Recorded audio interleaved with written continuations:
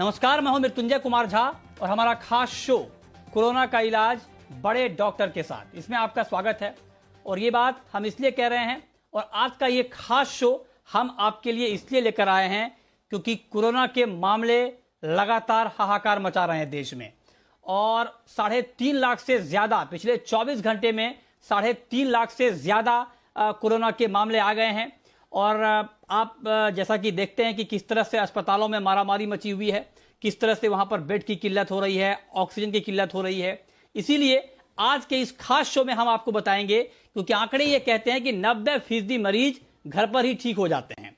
सिर्फ 10% ऐसे मरीज होते हैं जिनके हालात ज्यादा खराब होते हैं और उनको अस्पताल में भर्ती होने की जरूरत पड़ती है। तो सवाल यह है कि जब आप होम आइसोलेशन में रहते हैं, अगर आपको माइल्ड सिम्टम है, आप जब घर में अपना ट्रीटमेंट लेते हैं तो आपको क्या क्या सावधानियां बरतनी चाहिए, आपको कौन कौन से ऐसे सिम्टम दिखे जिससे आप ये समझ जाएं कि आपका सिम्टम माइल्ड सिम्टम है, हल्का फुल्का सिम्टम है, और कौन कौन से ऐसे सिम्टम दिखे जब आपको ये एहसास हो जाए कि अब आपको अस्पताल चले जाना चाहिए।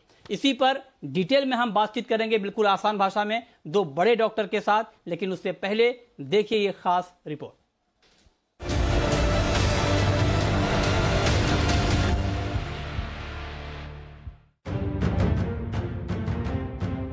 सवा साल से ज्यादा का वक्त हो चुका है, लेकिन 2020 में चीन की जमीन से पनपा कोरोना आज देश के लिए काल बन गया है। हर रोज लाखों को अपना शिकार बना रहा है और हजारों जान ले रहा है। जिन मरीजों को अस्पताल में बेड्स मिल जा रहे हैं, उनके परिजन थोड़ा राहत की सांस जरूर ले रहे हैं, लेकिन जिन्हें बेड नहीं मिल रहे हैं, ऐसा नहीं है कि उनके लिए जिंदगी के दरवाजे बंद हो गए। डॉक्टर्स कह रहे हैं कि मरीजों को घर में रहकर भी इलाज दिया जा सकता है। डॉक्टर्स के मुताबिक 90% मरीजों को अस्पताल में भर्ती होने की जरूरत नहीं है, वो होम आइसोलेशन में रहकर ठीक हो सकते हैं। ज्यादातर मरीजों को ऑक्सीजन की भी जरूरत नहीं। अगर मरीज का ऑक्सीजन सैचुरेशन 90 से ऊपर है तो ऑक्सीजन लेवल्स आसानी से मैनेज किए जा सकते हैं। एकदम से ऑक्सीजन लगाना मरीज की जिंदगी से खिलवाड़ की तरह है। डॉक्टर्स की सलाह के मुताबिक हर मरीज को रेमडेसिविर की भी जरूरत नहीं।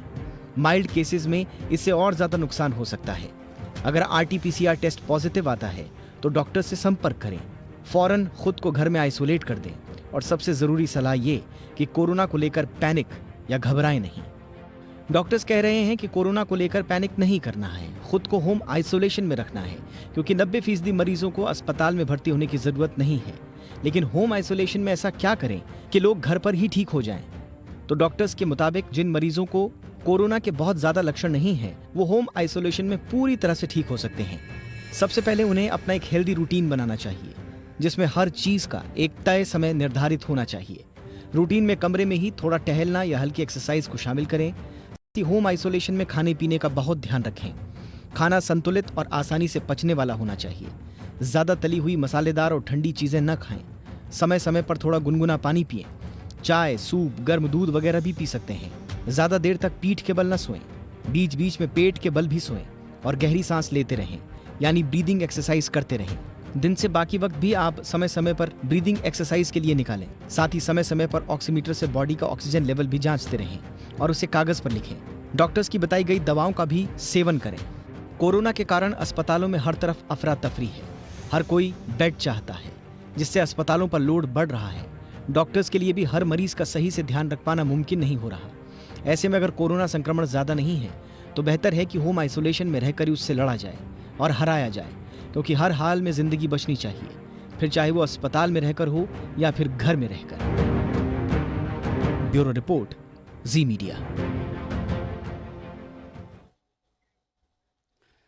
तो इस रिपोर्ट के जरिए हमने आपको ये बताने की कोशिश की है कि किस तरह से आप घर पे रहकर अपना इलाज कर सकते हैं। लेकिन आज ये डिटेल में बताने के लिए, समझाने के लिए हमारे साथ 2 बेहद खास मेहमान जुड़ रहे हैं इस वक्त चर्चा में। हमारे साथ हैं doctor Naresh Trehan, chairman and MD Medanta के। हमारे साथ डॉक्टर नवीत विग हैं, chairperson Covid task force AIIMS के। आप दोनों का बहुत बहुत स्वागत है इस खास चर्चा में। और आज की हमारी इस चर्चा का हमारा मेन मकसद यही है कि लोगों को हम अवेयर कर पाएं, लोगों को हम ये समझा पाएं कि आप कोरोना का इलाज किस तरह से घर पर रहकर कर सकते हैं, अपने डॉक्टर से सलाह मशवरा करके, और पैनिक नहीं होना है आपको। तो मेरा सबसे पहला सवाल डॉक्टर नरेश त्रेहान जी आपसे होगा सर, क्योंकि आप लोग लगातार पब्लिक को अवेयर कर रहे हैं, ये बहुत बहुत इसके लिए आपका बहुत बहुत धन्यवाद। आप लोग लगातार अवेयरनेस प्रोग्राम चला रहे हैं, लोगों को बता रहे हैं कि किस तरह से अपना ख्याल रखें। तो मेरा पहला सवाल सर आपसे ये होगा, क्योंकि अभी हालात ये हैं देश में कि जो कोरोना के आंकड़े बढ़े हैं और जब से अस्पताल में भर्तियां ज़्यादा शुरू हुई हैं, लोगों में एक पैनिक क्रिएट हुआ है। अब अगर किसी को थोड़ा सा माइल्ड सिम्टम भी दिखता है तो उनके अंदर घबराहट हो जाती है कि पता नहीं आगे क्या होगा, कैसे अस्पताल जाएंगे। तो मैं आपसे बिल्कुल सिलसिलेवार तरीके से ये समझना चाहता हूँ कि अगर कोरोना की बीमारी को हम अलग अलग कैटेगरी में बांटना चाहें, माइल्ड, थोड़ा सीवियर और क्रिटिकल, आसान भाषा में कहें तो बहुत ही हल्का, थोड़ा ज़्यादा और गंभीर, तो सर इसको अगर आप डिटेल में समझा पाएं कि माइल्ड सिम्टम क्या क्या हैं, सीवियर सिम्टम क्या क्या हैं और क्रिटिकल सिम्टम क्या क्या होते हैं। तो आप देखेंगे कि जब इसकी शुरुआत होती है, जब इन्फेक्शन लगता है, तो शुरू में मोस्ट लोगों को ऐसा होता है कि या तो गले में खराश या कुछ दर्द, स्वॉलोइंग में दर्द, थोड़ा बुखार और सारी बॉडी में दर्द, और ऐसा लगता है कि जैसे जान निकल रही है तो बॉडी से, मतलब दम नहीं रहता, जोर नहीं रहता। तो ये सबसे पहले जो लोगों ने एक्सपीरियंस किए हैं कि ये मेनली यही सिम्टम्स है। किसी किसी को नोजिया, वॉमिटिंग और डायरिया भी हो रहा है। तो ये सिम्टम्स जो है इससे शुरुआत होती है। अगर जो आपको बुखार हो रहा है, गले में खराश है या कोई दर्द हो रहा है गले में, तो अपना RT-PCR टेस्ट जरूर करवा लेना चाहिए। जब तक उसका रिजल्ट नहीं आता और टेस्ट नहीं होता, अपने आप को आइसोलेट कर लेना चाहिए कि अगर जो आपको इन्फेक्शन लगा है तो अपनी फैमिली वालों को ये इन्फेक्शन ना दे। तो आप एक रूम में रहें, और जैसे आइसोलेशन की सारे जो हमने गाइडलाइंस दिए हुए हैं कि किसी से मिक्स नहीं करना, खाना बाहर आपके दरवाजे के आ जाएगा, आप खा के अपने बर्तन वो अलग रहें फैमिली से, तो ये एहतियात आप यूज करेंगे तो दो बातें होंगी। एक तो ये फैलना बंद हो जाएगा और आपको आइसोलेशन में ये सेफ्टी हो जाएगी कि फैमिली मेंबर्स अभी इससे मुक्त रहे। एक बात तो ये है, क्योंकि ये जो नया वायरस भी लग रहा है, जो बीमारी हम देख रहे हैं, ये और भी भयंकर है पहले से। इसमें सारी फैमिलीज लपेट में आ रही है। जब आपका RT-PCR हो जाए और उसमें ये जाहिर हो जाए कि आपको कोरोना की इन्फेक्शन हुई है, तो आपको अपने लोकल डॉक्टर से संपर्क करना चाहिए। क्यों, कैसे? एक तो लोकल डॉक्टर से अगर नहीं है तो कई ऐप्स बन गए हैं, जैसे वेदांता से भी ऐप बना है। आप उस ऐप पे जाएंगे तो उसमें कोविड वेदांता ऐप है, उसमें आप जाएंगे तो उसमें आपको कनेक्शन मिल जाएगा और कोई आपको फोन करके एडवाइस दे देगा। गवर्नमेंट के भी ऐसे ऐप हैं, सब हॉस्पिटल्स ने ऐसे ऐप्स बनाए हैं। तो आपको एक अपने आप अपना इलाज नहीं करना चाहिए, एक डॉक्टर की सुपरविजन में इलाज करना चाहिए। तो क्या क्या चीजों को हम देखते हैं? एक तो एज है, एक कोमॉर्बिडिटीज है, सिवियरिटी कैसे पता लगेगी? एक तो सिम्टम्स की सिवियरिटी है कि बुखार बहुत हो रहा है और सांस में तकलीफ आ रही है, उसके टेस्ट करे जाएंगे जो डॉक्टर आपको बताएगा, जिसके टेस्ट वो CRP है, फेरेटिन है, D-डाइमर है, IL-6 है। ये टेस्ट इनमें से डॉक्टर चूज करेगा कि क्या करने हैं और उसके हिसाब से आपकी ट्रीटमेंट करी जाएगी। एक तो जिनको प्रोलॉन्ग इलनेस हो रही है उनका CT भी किया जाता है।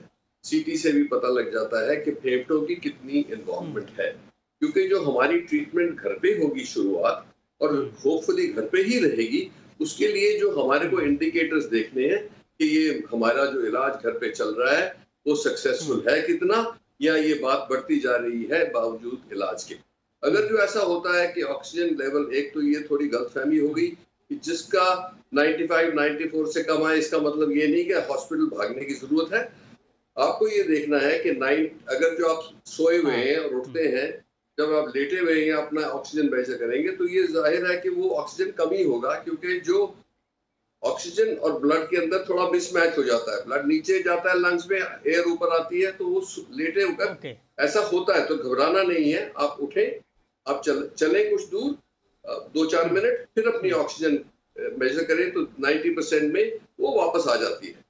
दूसरा, हैवी डीप ब्रीदिंग, और खास करके जैसे अलोम विलोम है, इससे बहुत फायदा होता है। तो आपको पता लग जाएगा कि इन मेजर्स के बावजूद, और जैसे अभी आप लोगों ने ये भी सुना होगा कि जैसे हम कह रहे हैं कि अपने पेट पे लेटे आधा घंटा लेटे रहे, तो वो मिसमैच जो मैंने बताया वो पूरा वो मिक्स हो जाता है, तो उससे भी ऑक्सीजन बढ़ जाती है। अगर जो उसके बावजूद भी ओके ऑक्सीजन आपकी जी 90 से कम आ रही है, 88, 87 पे आ रही है, तो आप अपने हाँ डॉक्टर से संपर्क रखें।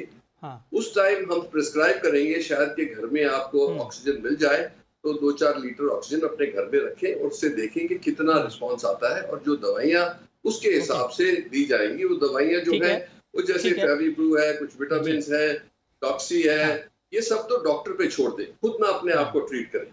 और सबसे ज्यादा जब ऐसा लगता है कि बॉडी में इन्फ्लेमेशन बिल्कुल बढ़ रहा है, जी तो कॉर्टिसोन का इस्तेमाल किया जाता है। तो ये हाँ चीजें हैं जो घर में आप कर सकते हैं। ओके फिर ये डॉक्टर की एडवाइस देखें कि भाई हॉस्पिटल जाने की जी जरूरत जी है कि नहीं, क्योंकि हाँ एक तो हॉस्पिटल के ऊपर इतना ठीक है बर्डन पड़ ठीक है जाएगा। तो मैं इसको सिंप्लीफाई कर देता हूँ। एक तो वो जो लोग हैं जो घर पे राइट ठीक हो रहे हैं, राइट सर जिनके पास आइसोलेशन की जगह नहीं है, उनके लिए राइट ये क्वारंटीन सेंटर बनाए गए हैं। जैसे हमने मेदांता से एक रेड फॉक्स होटल ले लिया, उसके अंदर बिल्कुल क्वारंटीन करते हैं और वो हमारी सुपरविजन में है। जी तो जो वहां पे किसी को तकलीफ होती है तो उनको फिर हॉस्पिटल ओके में ले आते हैं। तो 3 बातें हो गई, घर पे, क्वारंटीन हाँ ठीक सेंटर बात और हॉस्पिटल। और जी हॉस्पिटल में भी हॉस्पिटल बेड चाहिए कि बहुत ही कम लोगों को, 2-3% लोगों को okay sir intensive care unit की जरूरत पड़ेगी, और वो भी उपलब्ध जब जरूरत हो तो होना चाहिए। तो ये है बेसिकली, जो आप अपने जी आप को समझ ये लें तो आप पैनिक नहीं करेंगे, ओके अपना उचित इलाज उचित टाइम पे करवाएंगे। जी जी जी बिल्कुल ये आपने बहुत ही महत्वपूर्ण सुझाव दिए हैं और पूरी डिटेल में आपने ये जानकारी दी है कि कैसे आप ये समझें कि आपका सिम्टम माइल्ड है और किस तरह से आप डॉक्टर की सलाह लेकर आप अपना ट्रीटमेंट ले सकते हैं। लेकिन अब डॉक्टर नवीद विक साहब, मैं आपसे एक सवाल पूछना चाहता हूं सर, जो कि एक प्रैक्टिकल प्रॉब्लम है लोगों के सामने, जो ग्राउंड पर दिक्कतें आ रही हैं। अब जैसे कि डॉक्टर त्रेहान ने कहा कि अगर आपको ऐसा कोई सिम्टम दिखता है तो आप टेस्ट करवाएं, डॉक्टर के पास जाएं, और अगर माइल्ड है तो उनसे दवाई लें और घर पे आप ट्रीटमेंट लें। ये बात तो ठीक है, लेकिन सर दिक्कत ये आती है प्रैक्टिकल कई बार ग्राउंड पे कि मान लीजिए किसी को कोई सिम्टम दिखता है और वो टेस्ट कराने गया, टेस्ट मान लीजिए अगर सेम डे में हो गया तो बहुत अच्छी बात है, लंबी लंबी लाइनें भी लग रही हैं, पता चला आज टेस्ट नहीं हुआ कल टेस्ट हुआ, रिपोर्ट 2 दिन 3 दिन या 4 दिन बाद तक भी आ रही है कई कई जगहों पर। तो अब जब तक रिपोर्ट नहीं आएगी तब डॉक्टर भी ट्रीटमेंट कैसे शुरू करेंगे? और डॉक्टर फिर कहते हैं कि आप पहले रिपोर्ट लेकर आएँ कि आपको कोरोना है कि नहीं, फिर ट्रीटमेंट आगे का शुरू होगा। तो इन 4-5 दिनों का जो वक्त होता है सर, कि सिम्टम आए, टेस्ट किसी ने करवाया और जब तक रिपोर्ट आएगी, ये जो 4-5 दिनों का वक्त होता है सर, इन 4-5 दिनों में अपना ख्याल कैसे रखा जाए अगर ये इस तरह के सिम्टम दिख रहे हैं, खांसी है, बुखार है, या सांस लेने में कोई तकलीफ हो रही है, या टेस्ट चला गया है, तो इन 4-5 दिनों में अपना ख्याल कैसे रखा जाए सर खुद से? देखो, अब इसमें सबसे इंपॉर्टेंट चीज क्या है? सबसे इंपॉर्टेंट चीज है मन में है विश्वास। जब आपके मन में विश्वास है, आपके अपने मन में विश्वास है, तो आप 95% या 99% या 100% इस बीमारी को जीत पाओगे। क्योंकि हमें ही इस बीमारी से लड़ना है, मरीज को ही। अगर मैं बीमार हूँ, मुझे ही इस बीमारी से लड़ना है। तो ये बीमारी पहले 5-6 दिन में तो मुझे कुछ करने ही नहीं वाली। तो पहले 5-6 दिन में तो मुझे, पहले 5 दिन में तो मुझे बिल्कुल भी पैनिक नहीं करना। मेरा टेस्ट आज नहीं हो रहा, कोई बात नहीं, कल हो जाएगा। कल नहीं हो रहा, कोई बात नहीं, परसों हो जाएगा। परसों नहीं हो रहा तो अगले दिन हो जाएगा। लेकिन मुझे ये जल्दी नहीं करनी कि मुझे टेस्ट कराना। बिकॉज अब हो क्या रहा है कि अभी एक घर में कोई पॉजिटिव है तो घर में सारे ही पॉजिटिव हैं।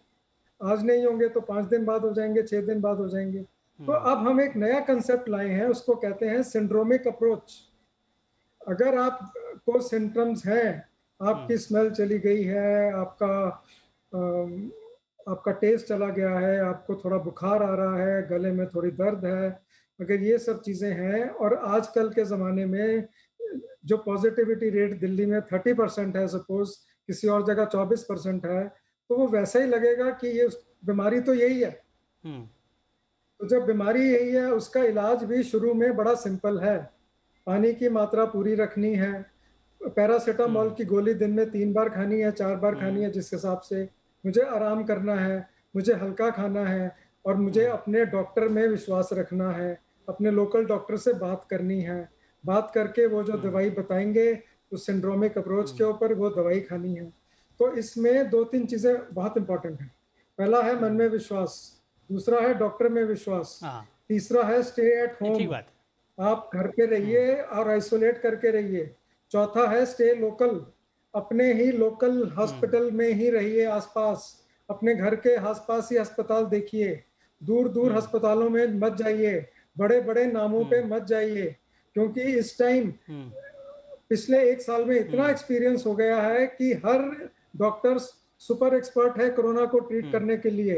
अगर हम अपने डॉक्टरों पे विश्वास करेंगे, वो डॉक्टर आपको सही समय पे, सही वक्त पर, सही टाइम पर बताएंगे कैसे दवाई लेनी है, और उसी के हिसाब से वो बताएंगे कब टेस्ट करना है। पहले 5 दिन कोई टेस्ट की जरूरत नहीं है। हम भी हर रोज जूझ रहे हैं, अच्छा। हमें प्रेशर है, मैं ब्लड टेस्ट करा लूं, मैं अच्छा। सीटी स्कैन करा लूं, मैं ये कर लूं। भाई आप डॉक्टर पे विश्वास करिए, और वो थोड़ा बोल रहा है तो आपके भले के लिए बोल रहा है। बाहर टेस्ट में अगर लंबी लाइन लगी हुई है ठीक है। तो उसको कम करने का तरीका है, क्या है? यही तरीका है। हाँ त्रेहान साहब, अब मेरा आपसे एक महत्वपूर्ण सवाल सर ये होगा कि ऐसे कौन से सिम्टम दिखे जब ये अंदाजा लग जाना चाहिए कि अब होम आइसोलेशन या क्वारंटीन से बाहर आने का वक्त हो गया है और अब अस्पताल में चला जाना चाहिए? ऐसा कौन सा साइन बॉडी में दिखे कि तुरंत ये फैसला ले लेना चाहिए अस्पताल जाने का?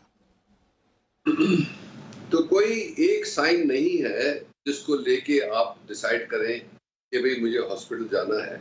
ये जरूर है कि अगर जो ऑक्सीजन आपके पास घर पे है, अब 2-4 लीटर पे ले रहे हो, उसके बावजूद भी आपकी ऑक्सीजन कोई मिड 80s तक आ रही है, तो चिंता की बात है। और मेरा ये, जैसे मैंने पहले बोला, कि डॉक्टर से गाइडेंस लें, क्योंकि हम क्या चीजें देखते हैं, हम देखते हैं कि अगर जो, और आज ये सावधानी मैं दूंगा कि 7 दिन से 10-12 दिन तक ये जो रिएक्शन होता है बॉडी का, जिसको हम इन्फ्लेमेटरी रिस्पॉन्स या साइटोकाइन रिस्पॉन्स बुलाते हैं, उसके जो सिम्टम्स है वो है बुखार, जो पैरासिटामोल या जो भी हम दवाई दे रहे हैं, डोलो वगैरह, उसके बावजूद भी नहीं गिर रहा। खांसी यहाँ बहुत बढ़ रही है, सांस लेने में तकलीफ आ रही है, और जिनको कोमॉर्बिडिटीज हैं उनको हम जरा जल्दी ही बुला लेते हैं हॉस्पिटल में, क्योंकि उनकी एज देखते हुए, उनके और जैसे डायबिटीज, उनकी हार्ट डिजीज, जिनको कैंसर हुआ है, ये सब चीजों को मिला के और कुछ स्टडीज देखते हैं कि जिससे हम नापते हैं कि बॉडी में कितना इन्फ्लेमेशन है।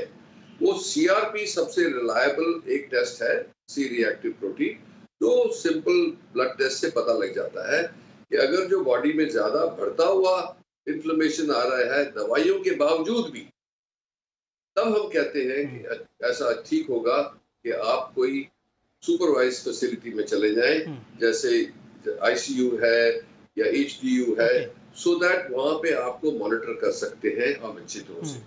तो एक चीज जैसे मैंने बताया कि लोग आजकल पैनिक कर जाते हैं कि 92 पे ऑक्सीजन आ गया, चलो भागो हॉस्पिटल, सर हॉस्पिटल के बेड की बड़ी जरूरत है।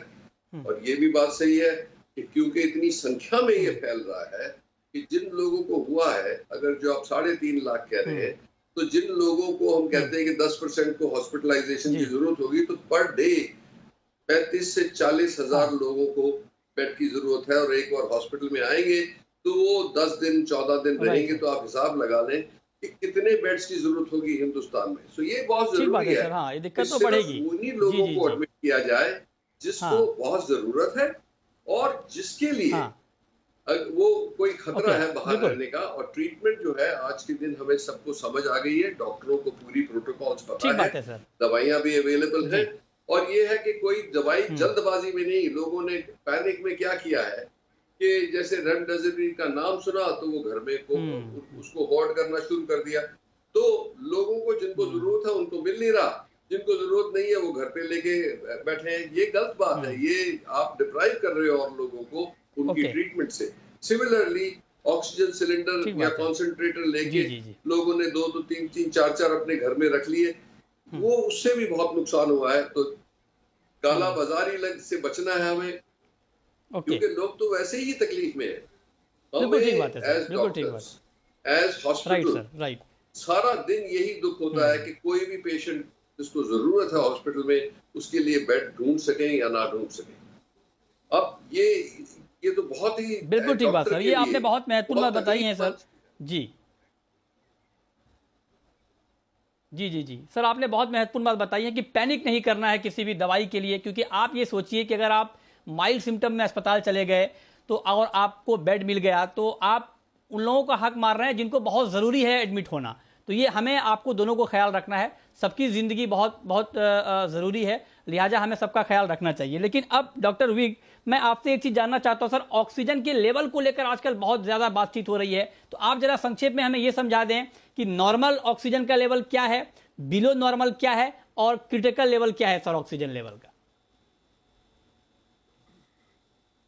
देखिए, ये जो ऑक्सीजन का लेवल ही एक चीज नहीं है, आपको दो तीन चीजें इकट्ठी देखनी पड़ती हैं कि भाई पांचवें छठे सातवें आठवें दिन मेरे साथ क्या हो रहा है। मेरा बुखार हाई है, मेरी खांसी खराब हो रही है, मेरे को सांस चढ़ रहा है, और उसके बाद मेरा सैचुरेशन लेवल कम हो रहा है। तो मेरा अगर सैचुरेशन लेवल 93% से ऊपर है तो मुझे कोई प्रॉब्लम नहीं है। डॉक्टर त्रेन ने बोला आप थोड़ी देर चल के देख लो, थोड़ा बढ़ जाएगा, तब भी कोई प्रॉब्लम नहीं है। उसके बाद जब मेरा सैचुरेशन लेवल 90 और 93 के बीच में है, तब मुझे घबराने की जरूरत है। तो उस टाइम मुझे अपने डॉक्टर से बात करके मुझे करना चाहिए। लेकिन मैं फिर बोल रहा हूँ, ये उस एरिया की बात है जब जिस एरिया में आप रह रहे हैं उस टाइम वहां पे बेड्स कितने हैं, बेड्स बिल्कुल खत्म है। अगर बिल्कुल खत्म है तो आप 90% तक भी वेट कर सकते हो, क्योंकि घर में ही आप थोड़ा सा इलाज कर लो। क्योंकि उसमें होता है कि अगर इसमें एक गोली जो असर करती है 7वें दिन के बाद, तो वो स्टेरॉइड की गोली है। तो आपका डॉक्टर वो आपको घर पे ही शुरू कर सकते हैं, तो उसका रिस्पॉन्स भी तुरंत ही आ जाता है। तो उस टाइम अगर हम वो ले लें और ऑक्सीजन भी थोड़ी सी ले लें तो हम जल्दी बच सकते हैं। हॉस्पिटल जाने का पैनिक भी नहीं करना और बीमारी की मात्रा भी नहीं बढ़ेगी। तो ये एक सिंड्रोमिक अप्रोच में भी अगर टेस्ट भी नहीं हो पाया और सारे सिम्टम्स वही हैं, तो कई बार हमें अगर सीटी में सिर्फ आ गया तब भी हमें ये दवाई देनी पड़ती है। तो ऑक्सीजन की मात्रा के साथ साथ खांसी थोड़ी सी बढ़ गई वो कोई मतलब नहीं है, क्योंकि आजकल हम इनहेलर भी घर में यूज कर रहे हैं। 5वें दिन के बाद स्टेरॉइड का जो इनहेलर होता है वो भी हम यूज कर रहे हैं, और उसी से काफी मरीज निकल रहे हैं। काफी मरीज ज्यादा खराब सीवियर कैटेगरी में नहीं जाते। 3 कैटेगरीज है, mild, moderate and severe. Critical को हम नहीं लेते हैं क्योंकि it is mild, moderate and severe. Right. तो माइल्ड से मॉडरेट मरीज नहीं होता और मॉडरेट से सीवियर होने से बच जाता है अगर हम जल्दी दवाई शुरू करें, टाइम पे शुरू करें। तो इसीलिए हमें डॉक्टर के साथ रहकर उस दवाई को जल्दी टाइम पे शुरू करना बहुत जरूरी है। हाँ बिल्कुल सर, ये आपने बहुत महत्वपूर्ण, वक्त पे ट्रीटमेंट शुरू करवाना बहुत ज़रूरी है, इसको आप ध्यान में रखें। एक छोटा सवाल त्रेहान साहब आपसे मेरा ये होगा सर कि मान लीजिए किसी का ऑक्सीजन लेवल मेंटेन है, 95 के ऊपर है, लेकिन उनका बुखार नहीं उतर रहा है या खांसी ठीक नहीं हो रही है और लगातार फीवर 100 के ऊपर बना हुआ है, क्या तब अस्पताल जाना चाहिए? नहीं, इसको हम दवाइयों से 99% दवाइयों से ही कंट्रोल कर लेते हैं।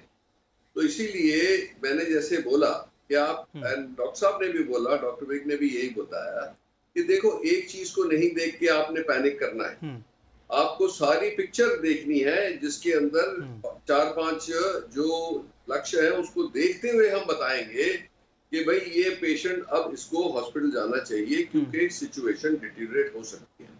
पर आप ये भी देखेंगे पब्लिक के अंदर क्या पैनिक है कि मेरे को अगर जो असली वो हुआ तो मैं कैसे हॉस्पिटल पहुंचूंगा, मेरे को बेड मिलेगा नहीं मिलेगा। ये बात की वजह से लोग बेकार में हॉस्पिटल भागते हैं। इससे बचाना है सबको, क्योंकि वही जैसे बात कही डॉक्टर साहब ने कि भाई आप किसी और का बेड ले रहे हैं, किसी और का हक ले रहे हैं, ये ठीक नहीं है। क्योंकि इमरजेंसी में आपको कोई ना कहीं हॉस्पिटल के अंदर इमरजेंसी मिल जाएगी, अगर जो हम सब कलेक्टिवली रिस्पॉन्सिबिलिटी से बिहेव करेंगे। अगर जो हम सेल्फिशली बिहेव करेंगे तो ये प्रॉब्लम सारी कंट्री के लिए खड़ा रहेगा।